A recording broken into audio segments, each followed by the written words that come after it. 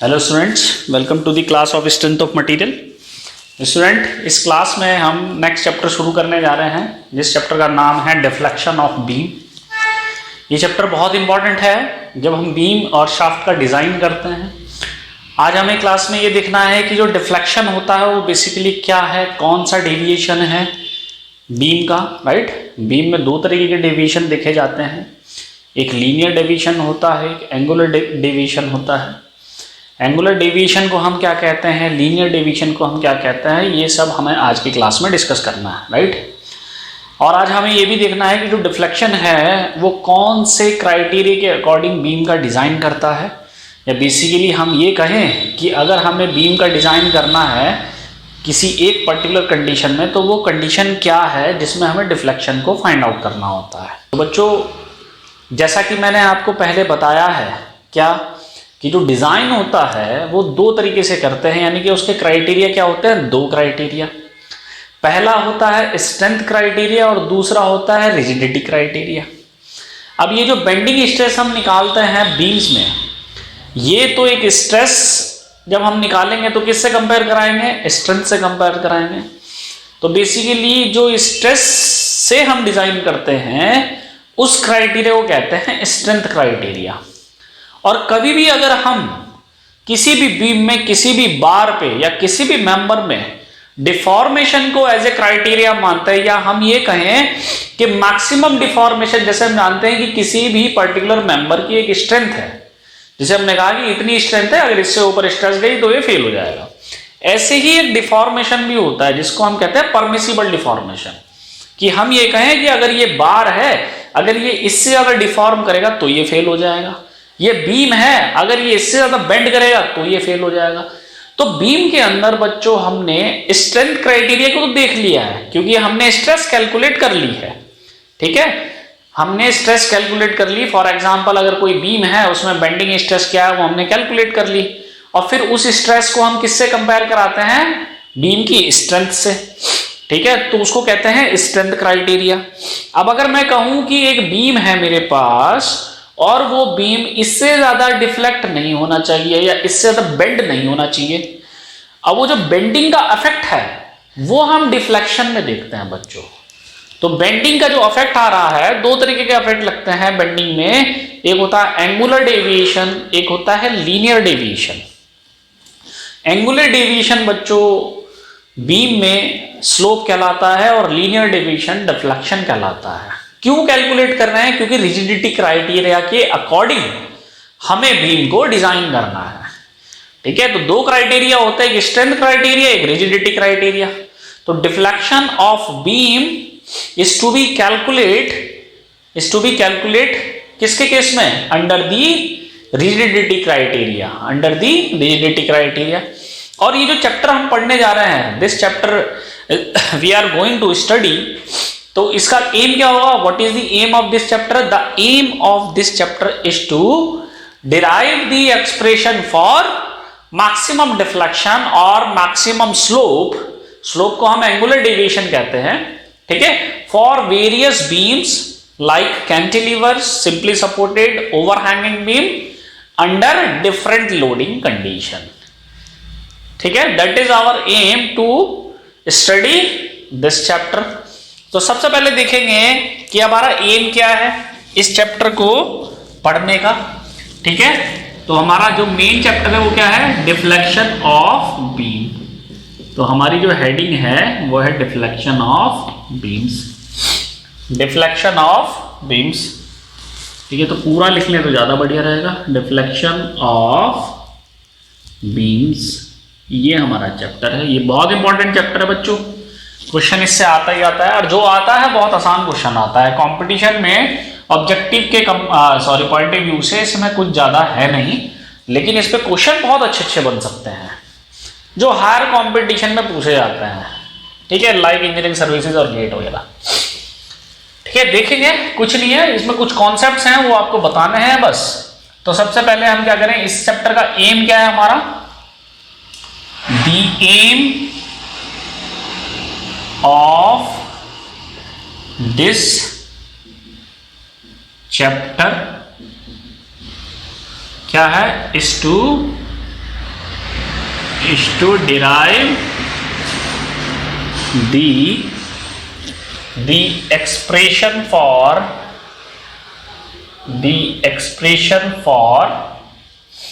maximum deflection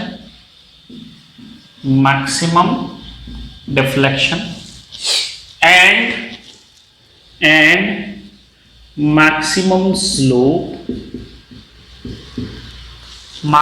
slope for various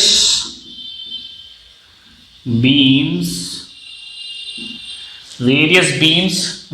में कौन कौन से बीम है जो हम पढ़ चुके हैं? कैंटिलीवर, ठीक है, सिंपली सपोर्टेड और ओवरहैंगिंग, ठीक है, under different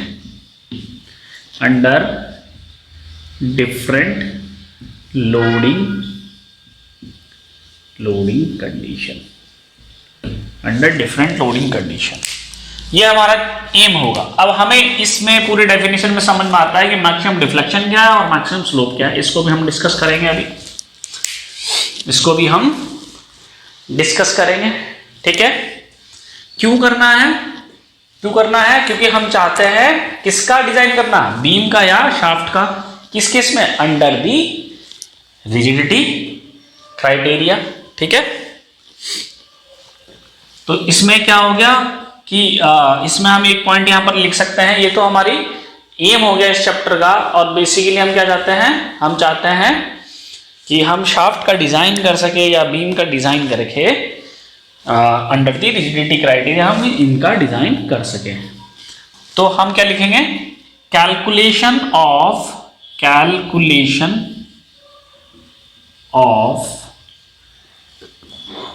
deflection and slope,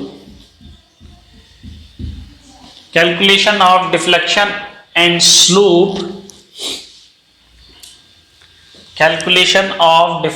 and slope for the design of is to be done। क्या लिखेंगे? calculation of deflection and slope is to be done for the design of beams and shaft under the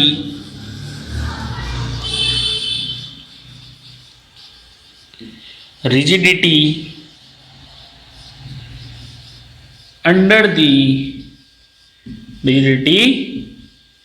criteria. अब calculation कैसे होगी? उन expression से जो हमने derive किए हैं डिफ्लेक्शन और स्लोप के। क्यों? क्योंकि हम चाहते हैं बीम और शाफ्ट का डिजाइन करना कब? Under the rigidity criteria. ये बात समझ में आई, ठीक है। अभी देखेंगे डिफ्लेक्शन क्या होता है, स्लोप क्या होता है। पहले एम समझ में आया कि हमें डिराइव करना है कुछ एक्सप्रेशन। क्यों करना है? क्योंकि हम चाहते हैं शाफ्ट और बीम का डिजाइन करना, किस केस में? Under the rigidity criteria, right.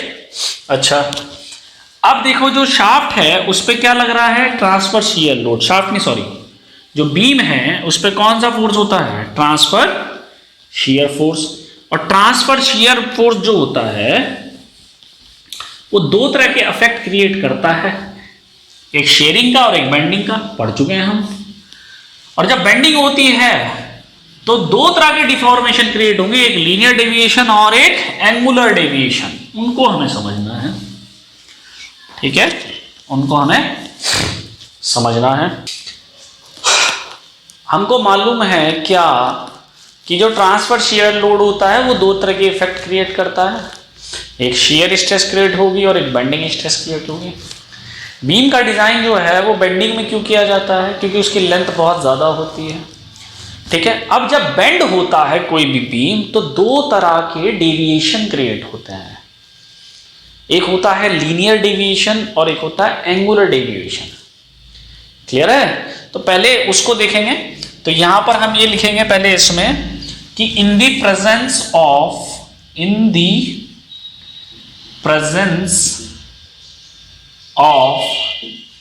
Transfer shear load, TSL कहते हैं इसको, transfer shear load, the axis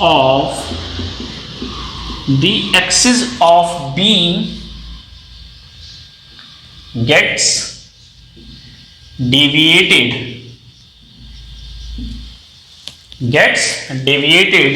and this deviation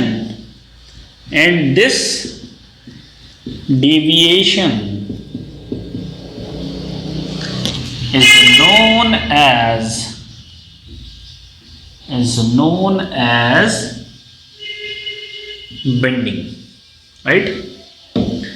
This deviation is known as bending. तो जब कभी भी टीएसएल होता है बीम पे, क्या होता है, उसकी बीम की जो एक्सिस होती है वो डेविएट कर जाती है। वो क्या कर जाती है? डेविएट कर जाती है। देखो इस पॉइंट का क्या मतलब है, इसको यहां समझना है हमें। मान लो एक कैंटिलीवर बीम मैंने बनाया है, ये एक टीएसएल लगा हुआ है, हमने कहा पी फोर्स लगा हुआ है टीएसएल। तो ये जो बीम की एक्सिस है, यही तो है बीम की एक्सिस, जिसको मैंने एक लाइन से दिखाया है। तो जब ये बेंड होगा तो कैसा फिगर आएगा? ऐसा आएगा। तो जो बीम का बेंडिंग के बाद फिगर बनता है, उस फिगर को कहते हैं इलास्टिक कर्व। ये बात आप ध्यान रखना। क्या कहलाता है वो कहलाता है इलास्टिक कर्व। इलास्टिक कर्व, ठीक? इलास्टिक कर्व ध्यान से समझना बच्चों। तो जो एक्सिस है बीम की, वो टीएसएल ने क्या करी? डेविएट करी। कहां पहुंच गई डेविएट हो गए? यहां पे। समझ में आ रही है बात? डेविएट हो गए, यहां पर आ गए, तो एक्सिस डेविएट होगी। तो इसको हमने क्या कहा? This deviation is known as bending. अब बेंडिंग से क्या हो रहा है? दो तरह के इफेक्ट क्रिएट हो रहा है। पहला, एक तो ये मुझे वाई डायरेक्शन में डिफॉर्मेशन मिला, ये, और एक मिल रहा है मुझे एंगुलर डिफॉर्मेशन यानी डेविएशन। ध्यान से समझना बच्चों, बड़ा इंपॉर्टेंट पॉइंट है ये, जो मैं समझाना चाह रहा हूं आपको। ठीक है, ये मेरा इलास्टिक कर्व हुआ, ठीक है, और ये मेरे को यहां से ये टेंजेंट होगी यहां। तो कहने का मतलब क्या है बच्चों कि एक तो जो बीम है उसमें एक डेविएशन हुआ, एंगुलर डेविएशन, इतना रोटेट हो गया है, इसको हमने कहा थीटा, ये थीटा रोटेट हुआ, ठीक। और ये जो पॉइंट है, ये पॉइंट कहां पहुंच गए? यहां पे। तो एक डेविएशन इसमें ये आया, इसको हम दिखाते हैं वाई से। तो बच्चों ये जो थीटा है ना, इस थीटा को कहते हैं एंगुलर डेविएशन। क्या कहलाता है? Angular deviation. और जो ये y है, ये कहलाता है लीनियर डेविएशन। y जो है वो कहलाता है लीनियर डेविएशन। लीनियर क्यों? क्योंकि ये एक स्ट्रेट लाइन में चल रहा है। और ये एंगुलर क्यों? क्योंकि ये रोटेट कर रहा है, ठीक। किसकी वजह से हुआ? बेंडिंग की वजह से। तो बेंडिंग बेसिकली दो तरह के इफेक्ट क्रिएट करता है। एक होता है angular deviation which is called slope, right, और एक होता है linear deviation which is called deflection beam, ठीक है, डिफ्लेक्शन ऑफ द बीम। तो कहने का मतलब क्या है कि जब किसी बीम में बेंडिंग होती है तो दो तरह के इफेक्ट क्रिएट होते हैं। देखो यहां पर हम ये लिख सकते हैं कि to deviation occurs while beam is in bending. To deviation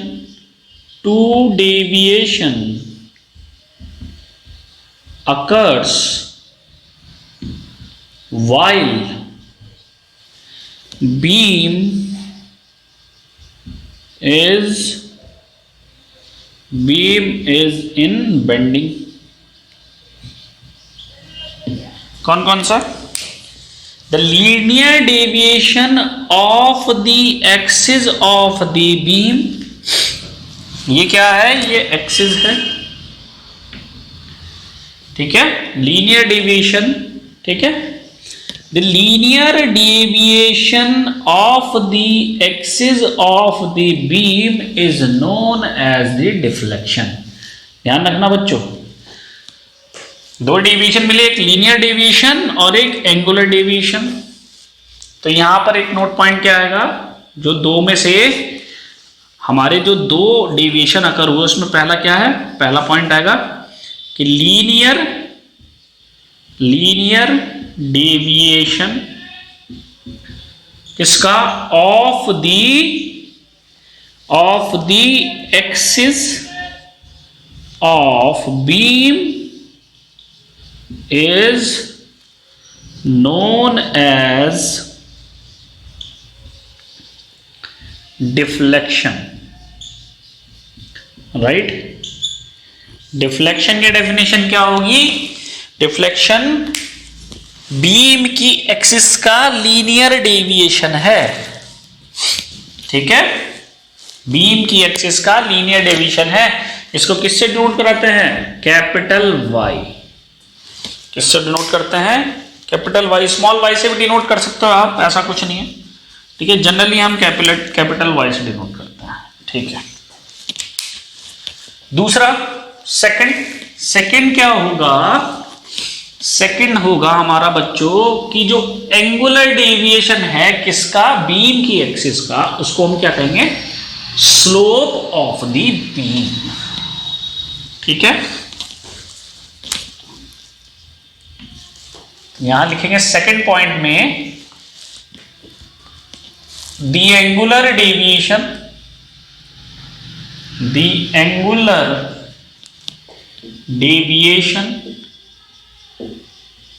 of the axis of beam is known as slope of the beam. Slope इसको किससे रिप्रेजेंट करते हैं? इसको रिप्रेजेंट करते हैं, इट इज रिप्रेजेंटेड बाय, यहां लिख सकते हैं it is represented by theta. It is represented by theta, right. तो हमने क्या देखा? हमने ये देखा कि देखो, मैं सीक्वेंस में दोबारा बता रहा हूं बच्चों आपको. सबसे पहला कि हमें डिफ्लेक्शन और स्लोप वाला चैप्टर क्यों पढ़ना है? क्योंकि हम चाहते हैं किसी भी बीम या किसी भी शाफ्ट का जो डिजाइन है वो रिजिडिटी क्राइटेरिया में हम कर सकें, राइट.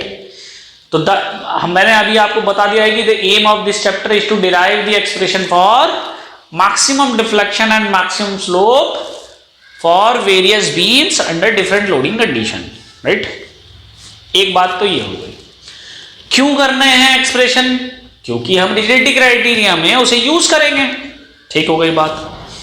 अब बात आती है कि बीम में क्या होता है, कौन सा फोर्स होता है? बीम में फोर्स होता है transfer shear load. Transfer shear load दो तरह के इफेक्ट क्रिएट करता है, एक शेयर और एक बेंडिंग. एक शेयर और एक बेंडिंग. बेंडिंग की वजह से दो तरीके के डेविएशन क्रिएट होते हैं एक्सिस में बीम की. पहला डेविएशन होता है बीम की एक्सिस का, जो वर्टिकल डिस्टेंस कवर करी हमने फाइनल इनिशियल पॉइंट के बीच की, उसको हमने कहा लीनियर डेविएशन, क्योंकि ये लाइन बनाएगा इसीलिए लीनियर है. ठीक है. लीनियर लाइन क्या होती, लीनियर पॉइंट्स क्या होते हैं? एक लाइन बनाते हैं.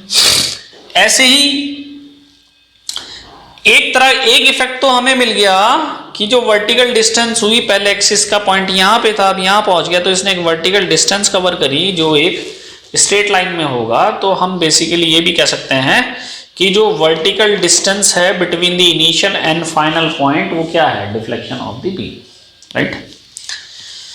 और एक एंगुलर डिफॉर्मेशन है कि यहां से यहां पहले बीम का ये वाला पॉइंट था, अब फाइनली बीम का पॉइंट कहां पर पहुंचा, यहां पे, तो कितना रोटेट हुआ उसको हम कहेंगे एंगुलर डेविएशन, कि एक्सिस जो है बीम की उसने कितना एंगुलर डेविएशन कवर किया, कि पहले एंगल कितना बना रहा था, इतना बना रहा था, अब एंगल कितना बना रहा है, अब इतना बना रहा है, तो इनके बीच का एंगल जो है वो कितना है, theta. Theta is the angular deformation. और ये भी हम देख चुके हैं कि angular deformation of the axis of beam is called slope of the beam, right, slope of the beam. अच्छा, अब बात करते हैं थोड़ा सा बाउंड्री कंडीशन पे, थोड़ा सा आगे चलते हैं। इसमें जो जो चीजें यूज होनी है, मुझे लगता है कि जो मैंने आपको स्लोप और डिफ्लेक्शन बताया है वो आपको समझ में आ गया है कि डिफ्लेक्शन क्या है और स्लोप है क्या। ठीक है, बात करते हैं बाउंड्री कंडीशन की। ये बड़ी इंपॉर्टेंट चीज है इसमें, बाउंड्री कंडीशन। बाउंड्री कंडीशन में सबसे पहले हम बात करेंगे कैंटिलीवर बीम की। कैंटिलीवर बीम, कैंटिलीवर बीम में देखो बच्चों ध्यान से रखना, हमारे पास दो एंड होते हैं, एक फिक्स्ड एंड और एक फ्री एंड। तो यहां लिखेंगे फिक्स्ड एंड पे, फिक्स्ड एंड पे क्या बाउंड्री कंडीशन होगी, चाहे कैसा भी लोड हो। फिक्स्ड एंड पे कभी भी स्लोप नहीं आता, ध्यान रखना। देखो यहां पर स्ट्रेट लाइन है और यहां पर भी स्ट्रेट लाइन ही है, तो फिक्स्ड एंड पे ना तो कोई मुझे वर्टिकल मोशन मिलेगा। तो फिक्स्ड एंड पे ध्यान रखना बच्चों, स्लोप थीटा ऑलवेज जीरो और डिफ्लेक्शन वाई ऑलवेज जीरो। किसमें, कैंटिलीवर बीम की बात कर रहे हैं, फिक्स्ड एंड की। सेकंड बी कौन सा एंड, फ्री एंड। कौन सा and, free and. Free and पे स्लोप देखो, ये फ्री एंड पे ही है क्योंकि ये लाइन जो है ये टेंजेंट बना रही है इस पॉइंट पे, यानी कि ये जो फ्री एंड है ये क्या बना रहा है, स्लोप कितनी है, थीटा। तो फ्री एंड पे जो स्लोप होती है theta can never be zero. ऐसे ही जो डिफ्लेक्शन है फ्री एंड पे देखो क्या आ रहा है, मैक्सिमम आ रहा है, और इसे हम मैक्सिमम भी कह सकते हैं कि जीरो नहीं है तो, क्योंकि यहां मैक्सिमम ये इतने से इससे ज्यादा बेंड नहीं हो सकता, तो ये भी कह सकते हैं कि फ्री एंड पे जो स्लोप होती है वो मैक्सिमम रहती है, जीरो तो होता ही नहीं है, वो मैक्सिमम है। और डिफ्लेक्शन भी इसमें मैक्सिमम रहेगा, ध्यान रखिए, जीरो तो होगा ही नहीं। तो ये कैंटिलीवर बीम के हमने बाउंड्री कंडीशन देखी है। ध्यान रखना बच्चों, ये पॉइंट्स आपको ध्यान होने चाहिए कैंटिलीवर बीम के केस में, ठीक है। कैंटिलीवर बीम के केस में हमें ये पॉइंट ध्यान होने चाहिए। अच्छा, दूसरी बात करते हैं simply supported beam.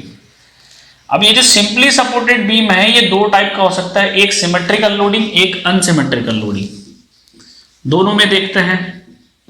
Simply supported beam, simply supported beam सबसे पहला इसमें लिखते हैं for symmetrical loading condition, for symmetrical loading,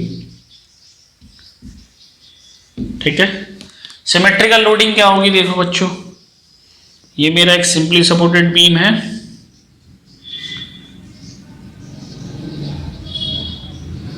ये मेरा सिंपली सपोर्टेड बीम है, बिल्कुल मिड पॉइंट में मैंने एक फोर्स लगा दिया P, तो ये सिमेट्रिकल लोडिंग होगी। जितनी डिस्टेंस सपोर्ट की यहां से है उतनी ही डिस्टेंस सपोर्ट की यहां से भी है, ठीक है। तो रिएक्शन क्या हो जाएगी, हाफ हाफ हो जाएगी, ये P/2 हो जाएगा, ये P/2 हो जाएगा। अब ध्यान से समझना, जब ऐसा फोर्स होगा तो बेंडिंग कैसे होगी, इस टाइप से। पहले एक्सिस बीम की कैसे थी, ये थी, पहले बीम की एक्सिस क्या है, ये है, यानी कि ये मेरी एक्सिस है। डेविएट कितनी हुई, इतनी। तो ये अगर मान लो पॉइंट ए है और ये बी है, तो ये हो गया थीटा ए और ये हो गया थीटा बी। यही तो हमारी एंगुलर डिफॉर्मेशन हुआ रोटेट का। ठीक है, क्लियर है। इस पॉइंट पे क्या डिफ्लेक्शन हो सकता है? नहीं। डिफ्लेक्शन कहाँ है? डिफ्लेक्शन कहाँ है? डिफ्लेक्शन है हमारा, थोड़ा सा इसको बीच में बनाओ, ये ऑफसेट हो गया। ठीक है, यहाँ लगेगा फोर्स, ये L/2 होगा, ये L/2 होगा।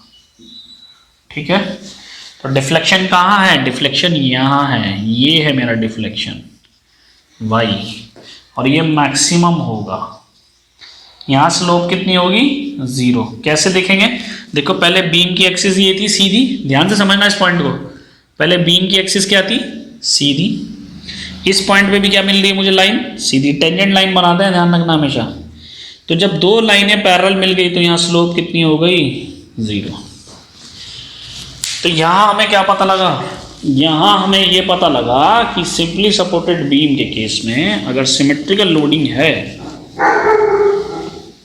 अगर सिमेट्रिकल लोडिंग है तो सपोर्ट्स पे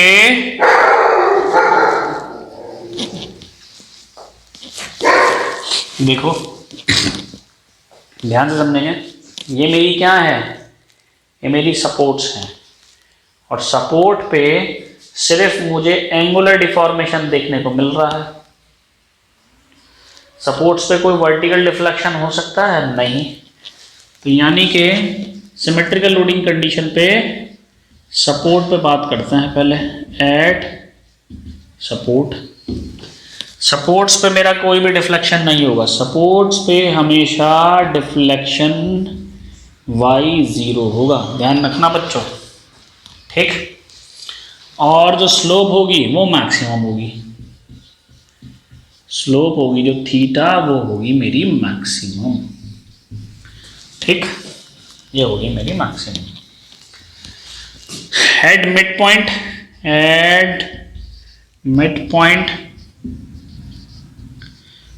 पॉइंट पे कहाँ है मिड पॉइंट? ये है। यहाँ स्लोप होगी 0 क्योंकि ये बिल्कुल स्ट्रेट लाइन है, इससे मैच कर रही है। ठीक है, यहाँ क्या होगी? स्लोप 0। ठीक है, और डिफ्लेक्शन होगा मैक्सिमम। तो स्लोप हो जाएगी यहाँ पे थीटा 0। ये कंडीशन ध्यान रखनी है बच्चों आपको। और जो डिफ्लेक्शन होगा वो होगा मैक्सिमम। ये तो बात हो गई सिमेट्रिकल लोडिंग कंडीशन की। ये हम बात कर रहे हैं सिमेट्रिकल लोडिंग कंडीशन। अब इसका बी केस देखेंगे, सिंपली सपोर्टेड बीम में ही अनसिमेट्रिकल लोडिंग कंडीशन। उस केस में क्या होता है? ठीक है, अब हम क्या देखेंगे? हम देखेंगे unsymmetrical loading condition simply supported beam की।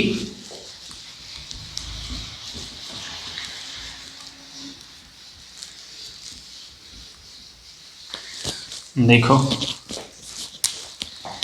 बी पार्ट क्या है? अनसिमेट्रिकल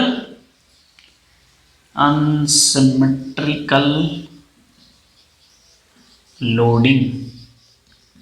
अनसिमेट्रिकल लोडिंग कैसी होगी? देखो, अब इसमें फोर्स बीच में ना हो के कहाँ होगा? कहीं भी हो सकता है, बस मिड पे नहीं होगा।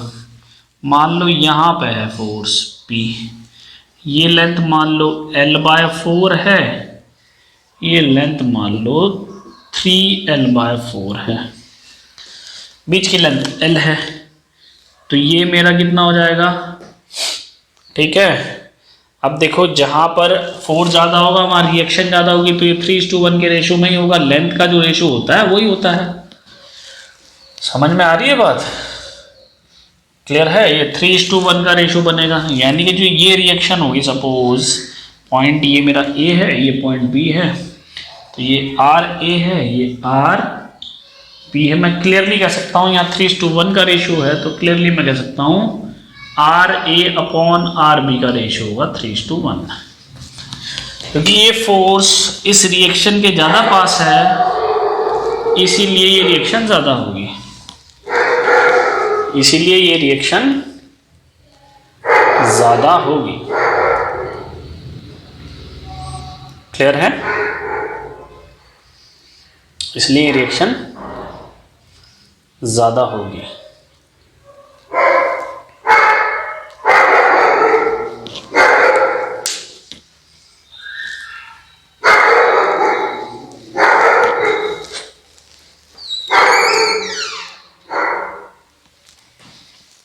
ठीक है, आप चाहें तो कैलकुलेट करके भी देख सकते हैं कि रिएक्शन ज़्यादा होगी कि नहीं होगी। ठीक है, 3:1 का रेशो होगा, ये ज़्यादा होगी। ठीक है,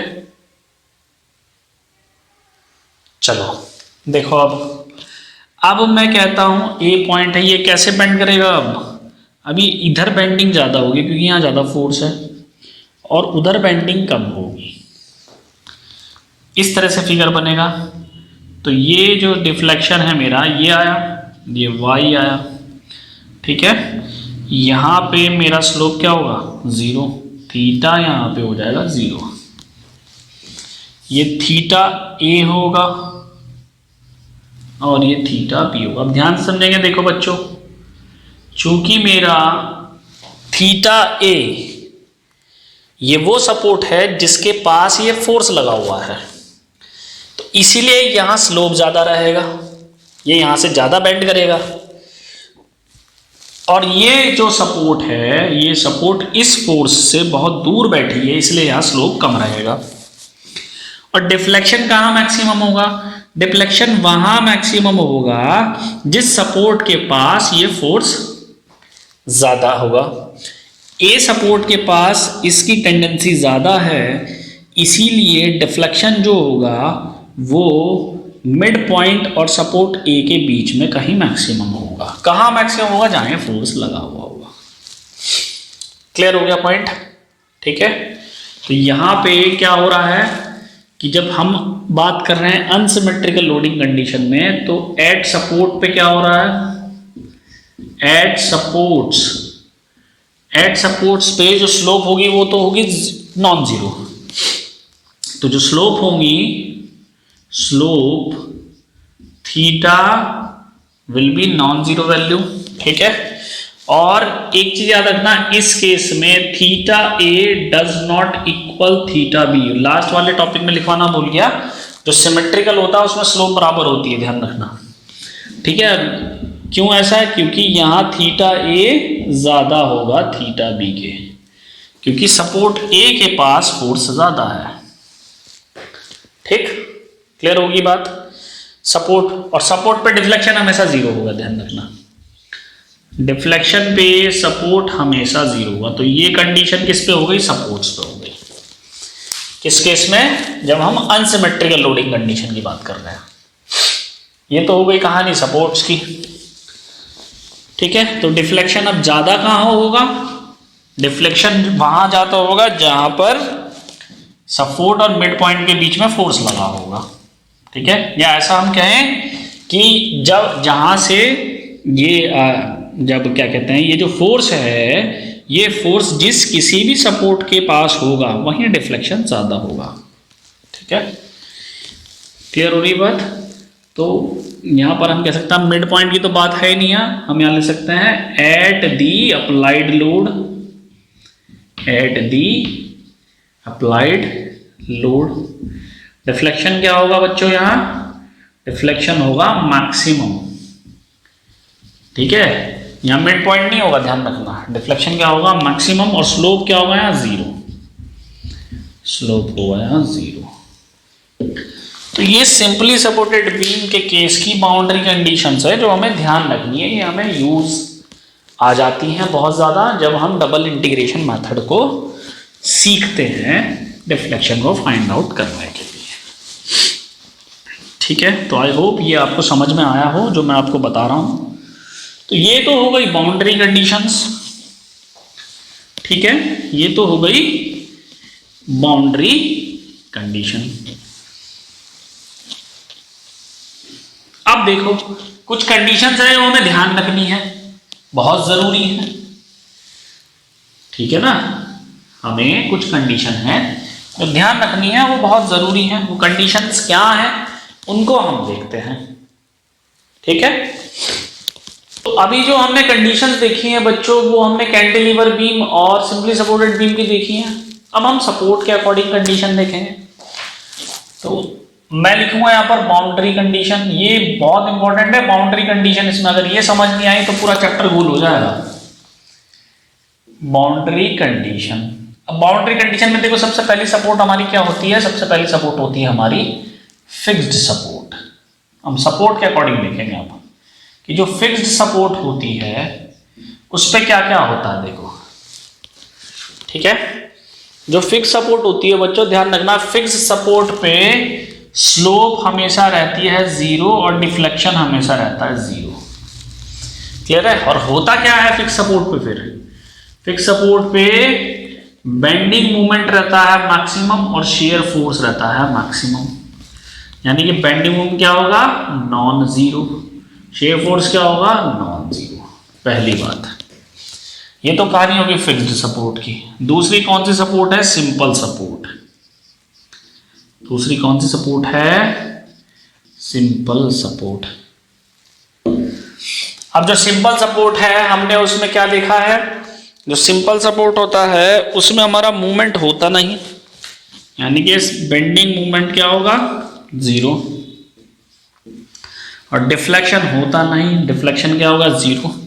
तो सिंपल सपोर्ट में शेयर फोर्स नॉन जीरो, ठीक है, और स्लोप हमारी नॉन जीरो। ये कंडीशंस आपको ध्यान रखनी है। तीसरा आता है हमारा फ्री एंड। फ्री एंड पे हम देख चुके हैं फ्री एंड। फ्री एंड पे क्या होता है, देखो फ्री एंड पे शेयर फोर्स होगा 0, कैंटिलीवर में ही होता है फ्री एंड, और बेंडिंग मोमेंट भी क्या होगा, 0। क्या 0 नहीं होगा, स्लोप इसमें 0 नहीं होगी और डिफ्लेक्शन इसमें 0 नहीं होगा, ठीक है। ये ध्यान रखना, ये इंपॉर्टेंट है बाउंड्री कंडीशन। ये हम यूज में लाएंगे जब हम डबल इंटीग्रेशन मेथड पढ़ेंगे, उसमें ये चीजें यूज होती हैं। क्लियर हो रही है बात, उसमें ये चीजें यूज होती हैं। नेक्स्ट हम मूव करते हैं कि जो इलास्टिक कर्व होता है हमारा, जो बेंडिंग के बाद बनता है, वो कितने कितने तरीके के हो सकते हैं, ठीक है। उस चीज को हम देखते हैं, वो बड़ा इंपॉर्टेंट है समझने के लिए। फिर इसके साइन कन्वेंशन देखेंगे, फिर कैंटिलीवर बीम के केस में डिफ्लेक्शन को कैसे फाइंड आउट किया जाता है डबल इंटीग्रेशन मेथड से, फिर उसको देखेंगे हम, ठीक है। देखो बच्चों, हमें मालूम है क्या कि जो बेंडिंग इक्वेशन होती है हमारी, बेंडिंग इक्वेशन क्या होती है, m/i sigma over y = E/r। तो अब हम फर्स्ट टर्म, सेकेंड टर्म और थर्ड टर्म हम इक्वेट करेंगे फर्स्ट और थर्ड को। क्यों, क्योंकि r में ही आ रहा है रेडियस ऑफ कर्वेचर, और रेडियस ऑफ कर्वेचर तभी आता है जब बेंड करे कोई चीज। Radius of curvature, radius of curvature, clear होगी बात। तो रेडियस ऑफ कर्वेचर कब होगा, जब बेंड होगा। वो जो बेंडिंग के बाद जो रेडियस बनती है उसको हम रेडियस ऑफ कर्वेचर कहते हैं, समझ लेंगे पहले से। तो इक्वेट करेंगे इक्वेशन फर्स्ट किसके बराबर होगी, इक्वेशन थर्ड के। तो m/i = E/r। तो यहां से मैं कह सकता हूं कि 1/r = होगा m/ei। ये बड़ा इंपॉर्टेंट है, ये बहुत इंपॉर्टेंट है, ये रिलेशन बहुत ज्यादा इंपॉर्टेंट है। इसी की हेल्प से हम शेप डिसाइड करते हैं इलास्टिक कर्व की। हम शेप डिसाइड करेंगे इलास्टिक कर्व की। ठीक है, देखो हम कहते हैं फॉर पर्टिकुलर बीम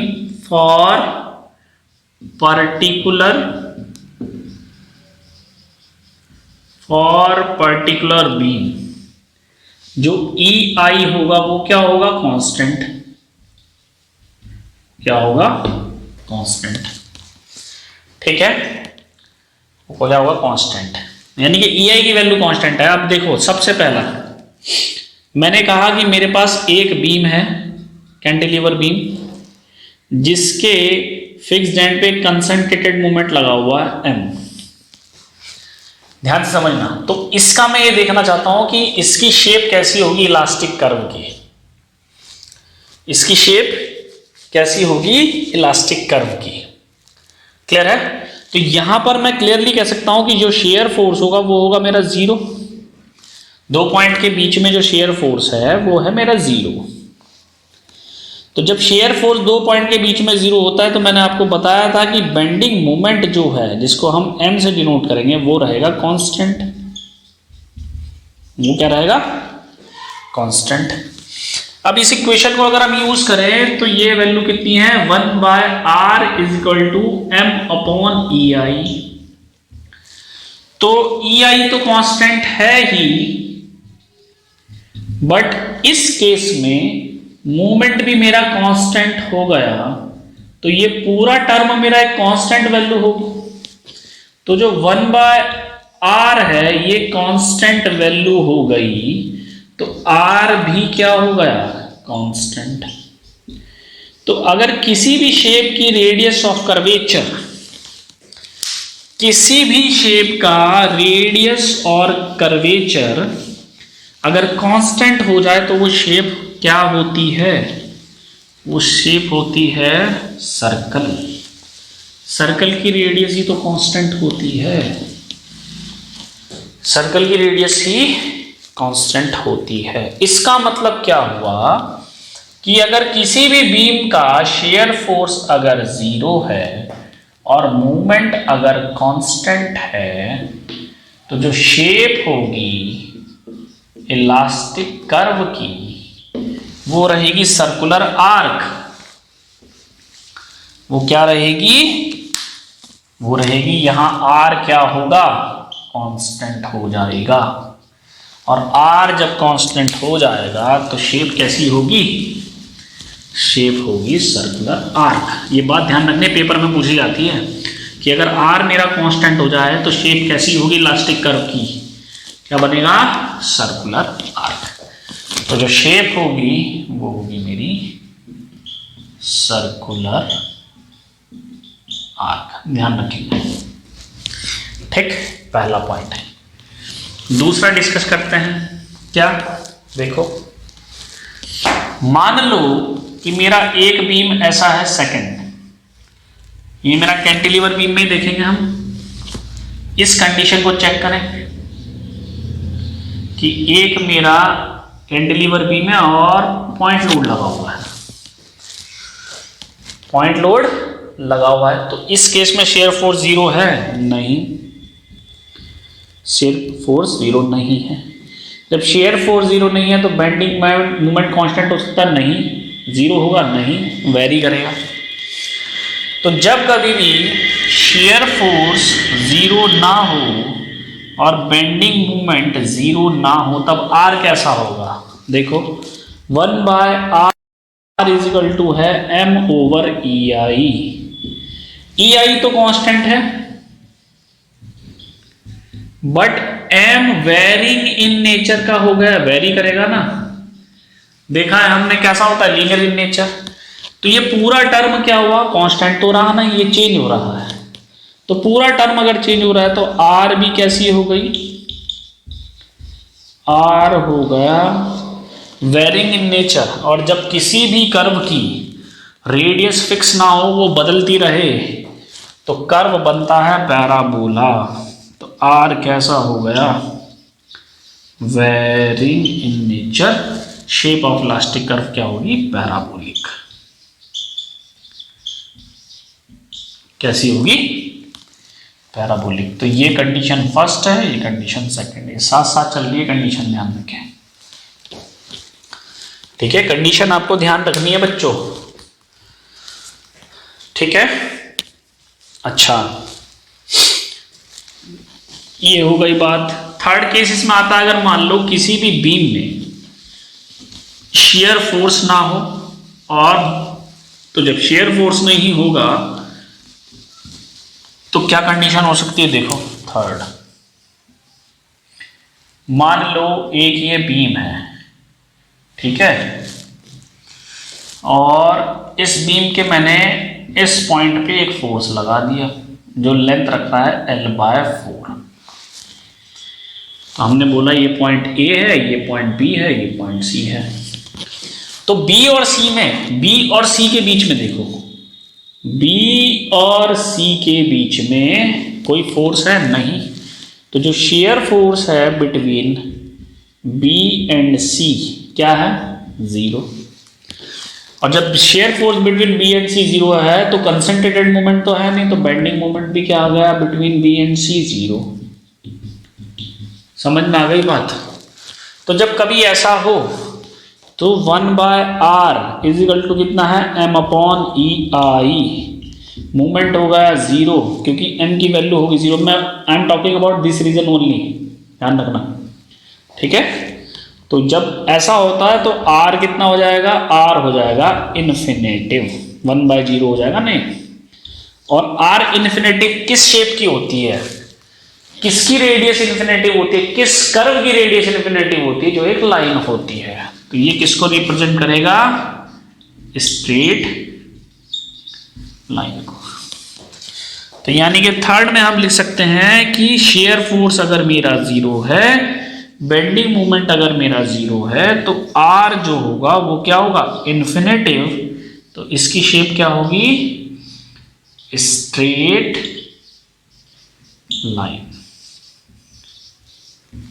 तो हमें r का ध्यान रखना है, जब r इन्फिनेटिव होगी तो शेप कैसी बनेगी, स्ट्रेट लाइन। जब r वेरिंग इन नेचर की, पैराबोलिक।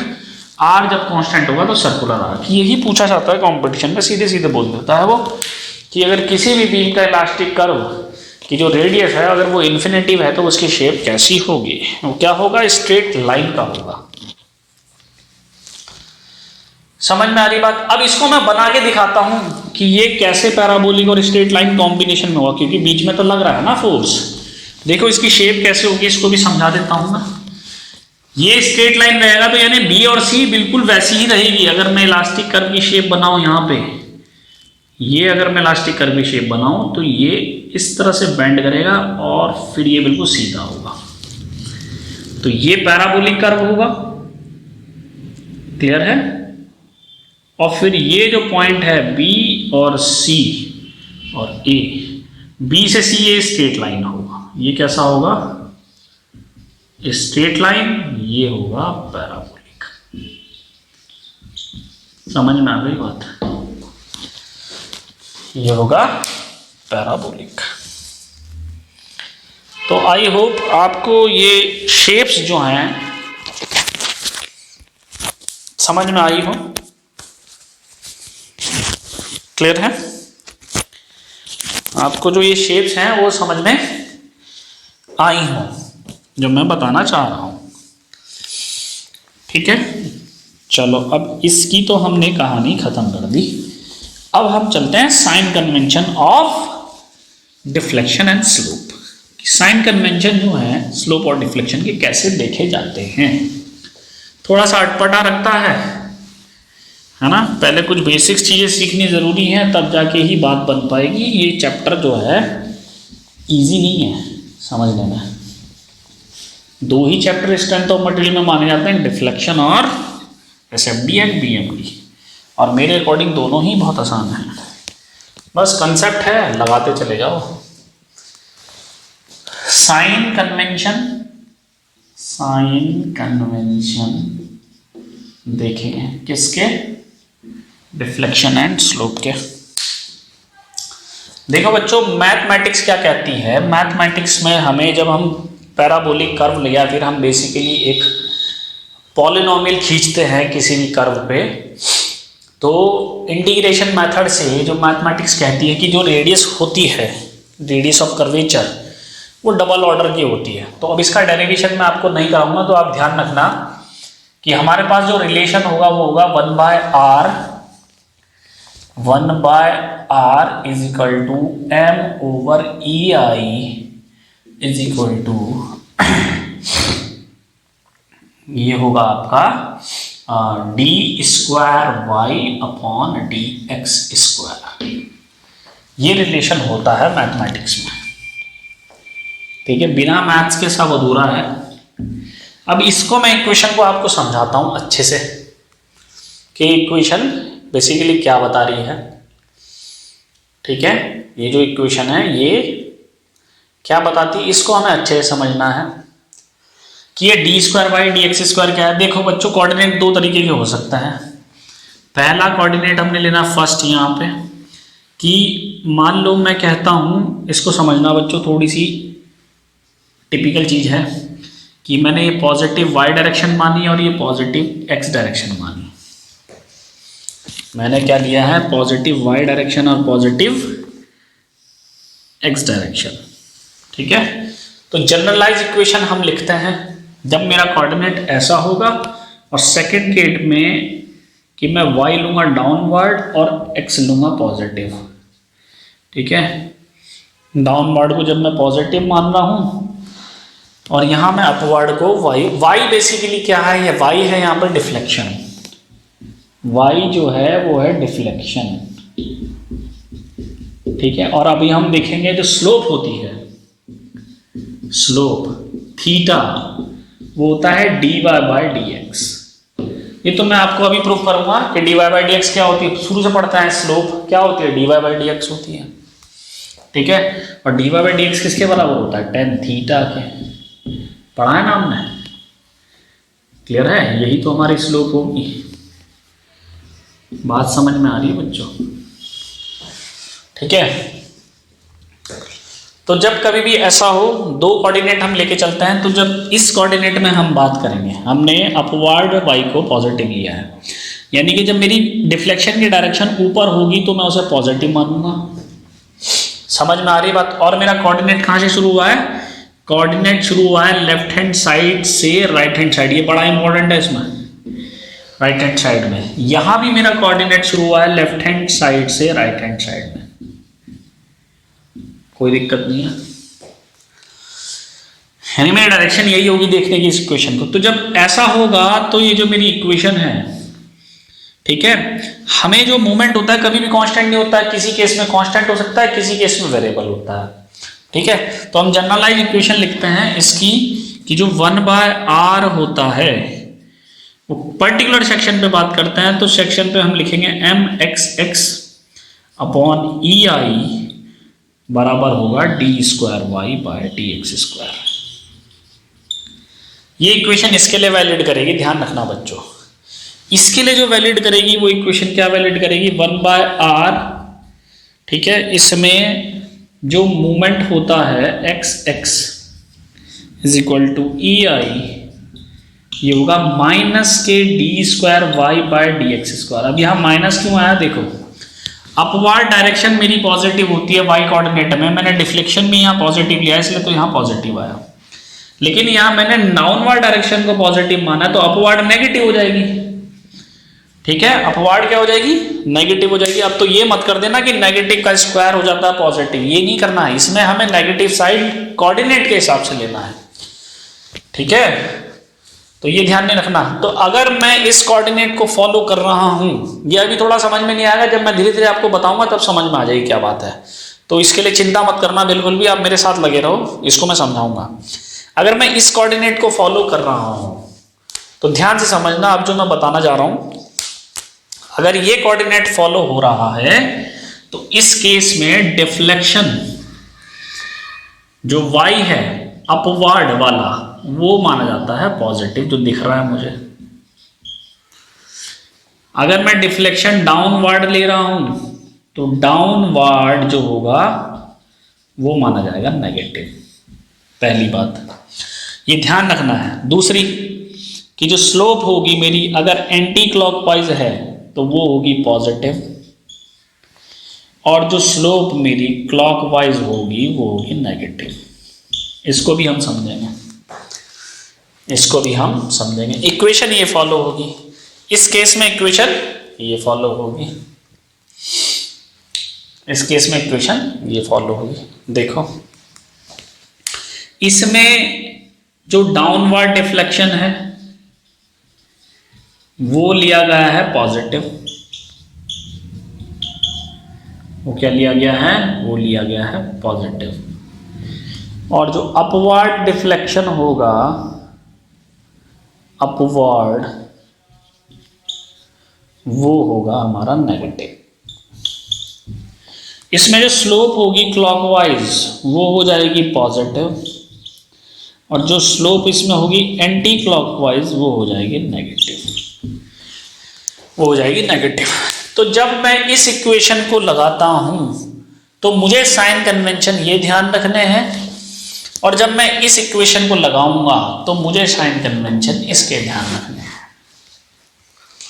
ठीक है, मुझे साइन कन्वेंशन इसके ध्यान रखने हैं। पहले हम जो फॉलो करेंगे हम इसको फॉलो करेंगे, हम इसको नहीं लगाएंगे, हम इसको नहीं यूज करेंगे, हम फॉलो करेंगे इसे। तो हमें साइन कन्वेंशन ये ध्यान रखना है। ठीक है, अब मैं इस साइन कन्वेंशन को समझाता हूं आपको कि ये जो साइन कन्वेंशन है, ये जो साइन कन्वेंशन है इसको कैसे यूज करते हैं। पहले हम देखते हैं कि देखो डिफ्लेक्शन तो मुझे सीधा सीधा समझ में आ रहा है, मैंने ऊपर माना है पॉजिटिव तो नीचे नेगेटिव हो जाएगा, लेकिन इसको हम समझते हैं, स्लोप वाला जो साइन कन्वेंशन है इसको हम थोड़ा सा समझते हैं। ठीक है, इसको समझना जरूरी है, तो हमें समझ में आएगी चीजें, धीरे धीरे समझ में आएंगी चीजें बच्चों, एकदम से नहीं समझ में आएगी। थोड़ा सा टिपिकल टॉपिक है, जिसने ज़्यादा अच्छी रिसर्च करी होगी इस टॉपिक पे वो आपको बता पाएगा। जो जो चीज़ें मैं आपको बता रहा हूँ ये बहुत देर के बाद समझ में आती हैं, तो आपको यही फ़ायदा होता है कोचिंग का कि आपको चीज़ें आसानी से मिल जाती हैं। ठीक है, और कोई फ़ायदा नहीं है कोचिंग का। कोचिंग का फ़ायदा क्या होता है कि जिस किसी व्यक्ति ने अपनी पहले मेहनत की है वो आपको अपनी मेहनत आसानी से दे देता है, यही फ़र्क होता है बस। देखो ध्यान से समझना, जैसे मान लो पहला केस हम लेके चलते हैं ये वाला कि एक मेरा कैंटिलीवर बीम है, यहाँ से मैंने W फोर्स लगाया, ट्रांसफर शियर लोड, तो कैसे बेंड करेगा, ऐसे बेंड कर गया। स्लोप कैसे बनेगी, स्लोप बनेगी ऐसी। ठीक है, ये क्या डायरेक्शन आ रही है मेरी, ये आ रही है क्लॉकवाइज, ये क्या होनी चाहिए, नेगेटिव, जो हमने साइन कन्वेंशन लिए प्रूफ करते हैं, प्रूफ करते हैं। देखो ये पॉइंट मान लो मेरा B है, ये पॉइंट मान लो A है, यहाँ से यहाँ तक ये क्या होगा मेरा, ये होगा मेरा YB, और YA क्या होगा 0, YB नीचे को है ऊपर को है नीचे को, तो ये क्या लिया जाएगा नेगेटिव, YB नीचे को है ना। तो स्लोप क्या होता है बच्चों, स्लोप होता है tan theta is equal to dy/dx।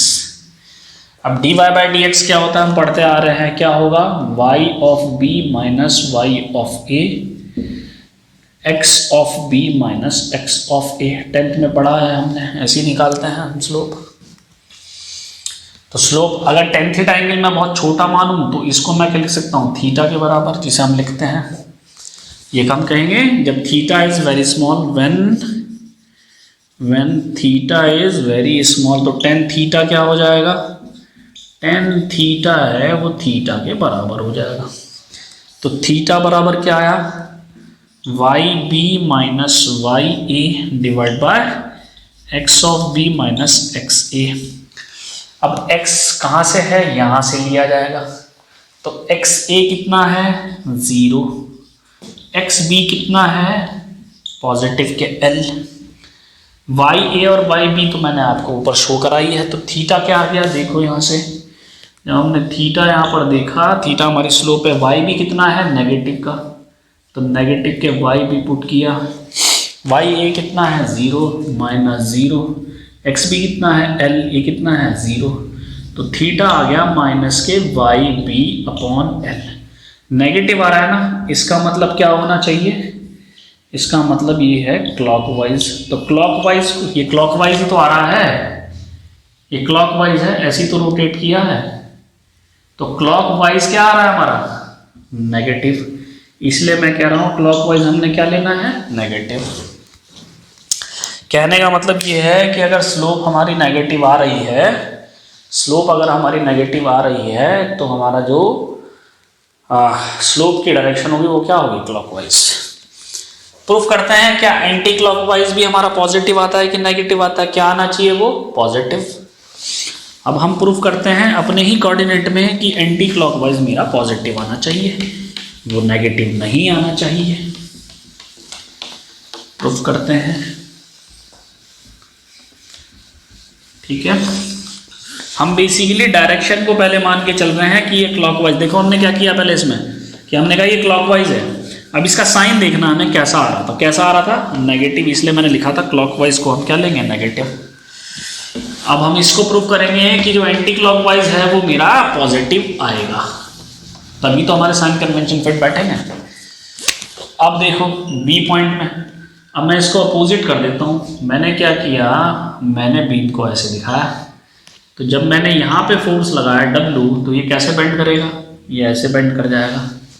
तो जब ये ऐसे बेंड करेगा तो ये मेरी स्लोप होगी, तो जब ये मेरी स्लोप होगी तो बच्चों ध्यान देखना कि ये कहाँ से कहाँ गया, इतना ही तो गया। ये डायरेक्शन क्या आ रही है, ये डायरेक्शन मेरी क्या आ रही है, ये डायरेक्शन आ रही है मेरी एंटी क्लॉकवाइज। डायरेक्शन क्या आई मेरी एंटी क्लॉकवाइज। तो अब मुझे ये देखना है ये कितना है मेरा वाई बी, ये कितना है मेरा वाई ए। याद रखना वहां से नहीं शुरू होगा, सेक्शन हमेशा यहीं से लेना है। एक्स जो है क्योंकि कोऑर्डिनेट हमने कैसे माने थे, कोऑर्डिनेट का ध्यान रखना बच्चों, यहीं गलती कर देता बच्चा, ये खेल यहाँ घूम रहा है, ध्यान रखना। अब ये जो वाई बी है ये नेगेटिव होगा क्योंकि ये डाउनवर्ड डायरेक्शन में जा रहा है, अपवर्ड तो मेरी वो है, ठीक है, ये मेरी पॉजिटिव है तो ये मेरी नेगेटिव हो जाएगी। तो वाई बी जो है वो तो नेगेटिव ही ट्रीट किया जाएगा। वाई ए कितना है 0, एक्स बी कितना है, एक्स बी होगा 0 क्योंकि यहीं से शुरुआत हुई है, हम इस कोऑर्डिनेट को यहीं उठा के ले आते हैं। लेकिन एक्स ए कितना होगा एल, एक्स ए कितना होगा एल। स्लोप कितनी है बच्चों, स्लोप जो होगी मेरी वो होगी tan theta is equal to D Y by D X. शुरुआत कहाँ से हो रही है, यहाँ से, ध्यान रखना शुरुआत कहाँ से हो रही है, यहाँ से चल रहा है ये। तो फाइनल पॉइंट क्या हुआ मेरा वाई ए, ये कितना हुआ वाई बी, ये कितना हुआ एक्स ए, ये कितना हुआ X B. Final minus initial लेते हैं ना, वाई ए कितना है, वाई ए है मेरा 0, वाई बी कितना है नेगेटिव, तो minus K Y B divide by X A कितना है, एक्स ए है एल, एक्स बी है 0, एक्स ए कितना है एल, एक्स बी है 0। तो ये जो स्लोप है इसको हमने फिर माना ये बहुत स्मॉल है, तो थीटा बराबर कितना आ गया, जो स्लोप आई हमारी थीटा ये कितनी आ रही है बताओ, वाई बी अपॉन एल, ये पॉजिटिव आ रही है ना। इसका मतलब अगर मेरी स्लोप एंटी क्लॉकवाइज है तो उसको हम पॉजिटिव ट्रीट करेंगे, उसको हम पॉजिटिव ट्रीट करेंगे। ये क्लियर है, ये समझ लेना है, समझ में नहीं आता है बार बार वीडियो को देख लेना, आप बार बार वीडियो को देख सकते हो, ये चीज़ें आपको समझ में आएंगे डेफिनेटली। तो डोंट बॉदर, ठीक है, धीरे धीरे सीखेंगे चीज़ें, अभी स्टेप बाय स्टेप बढ़ेंगे आगे, उसमें और मज़ा आने वाला है। डिफ्लेक्शन ऑफ बीम बड़ा इंटरेस्टिंग टॉपिक है, तो जो आज मैंने आपको पढ़ाया है बच्चों उसको आपको रिवाइज करना है। बच्चों अगर रिवाइज नहीं करोगे तो ये चीज़ें आपके दिमाग में नहीं बैठेंगी बिल्कुल भी। क्लियर है? तो आई होप जो मैंने अभी तक पढ़ाया है आपको वो आपको समझ में आया होगा, ठीक है। जो पीछे हमने साइन कन्वेंशन लिखवाए थे वो उसको हमने प्रूफ किया है कि क्लॉकवाइज को कैसे हम नेगेटिव मानेंगे और एंटी क्लॉकवाइज को हम कैसे पॉजिटिव मानेंगे, ठीक है। तो बच्चों आज के लिए इतना काफ़ी है। Thank you very much.